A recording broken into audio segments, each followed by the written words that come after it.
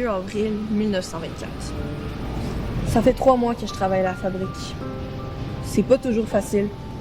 Je me trompe souvent. Les autres filles sont bien correctes, qui est Mademoiselle Donaldos. Aujourd'hui, Marianne Richer s'est fait écraser la main dans le grand convoyeur. Ensuite, elle est tombée sans connaissance. On s'est toutes précipitées pour venir l'aider, mais le surintendant nous a crié après. Les gars de la fabrique sont venus la chercher pour aller la porter à l'infirmerie. Je pense pas qu'on va la voir au travail bientôt.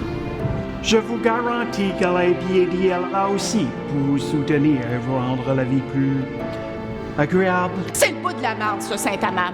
Tu me feras pas à croire que les patrons de l'Aïdi se soucient du bien-être des filles de la fabrique. Toi et ton Bulldog Wood, vous menacez continuellement de nous mettre à pied. Tu coupes des heures de travail, t'empêches les travailleuses de prendre des congés. Puis ça fait des mois qu'on te demande d'ajouter des ventilateurs dans la place parce qu'on étouffe ici dedans. Puis on va-tu les avoir, les gicleurs, dans la salle d'emballage? Je comprends vos inquiétudes et je voudrais vous rassurer que la compagnie s'occupe de ces questions. Il faut être patient. Nous vous avons fait les holidays, nous vous avons fait les 8 heures par jour. Nous avons même changé la méthode de fabriquer les allumettes.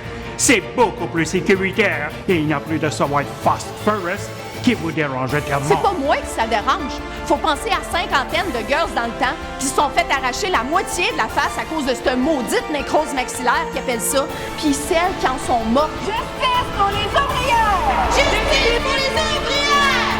Avant les boss qui se prennent pour des boss! Avant les boss qui se prennent pour des boss!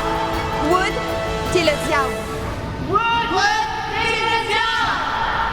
Maintenant que le père Bonhomme a quitté les négos, pensez-vous qu'on va manquer de soutien? Les gens de la ville sont derrière nous. Ils ont commencé une campagne locale pour boycotter les produits aidés. À lire ce qui se dit dans le droit, ça sera difficile pour les patrons de refuser nos demandes. Mais ils peuvent toujours nous mettre à la porte pour de bon. On n'aurait plus rien à se mettre sous la dent pour Noël. Ils l'auraient fait depuis longtemps. Non. Sans nous, l'usine arrête de rouler et leur portefeuille arrête d'engraisser. Ils ont besoin de nous. Venez découvrir le courage de ces femmes méconnues de l'histoire qui ont défié un monde sans scrupules pour défendre leur dignité. Leurs flamèches ont illuminé la voie à la justice bien au-delà de leur temps et de leurs frontières locales. Faiseuses de flamèches, prochaine création de la troupe Désinvolte.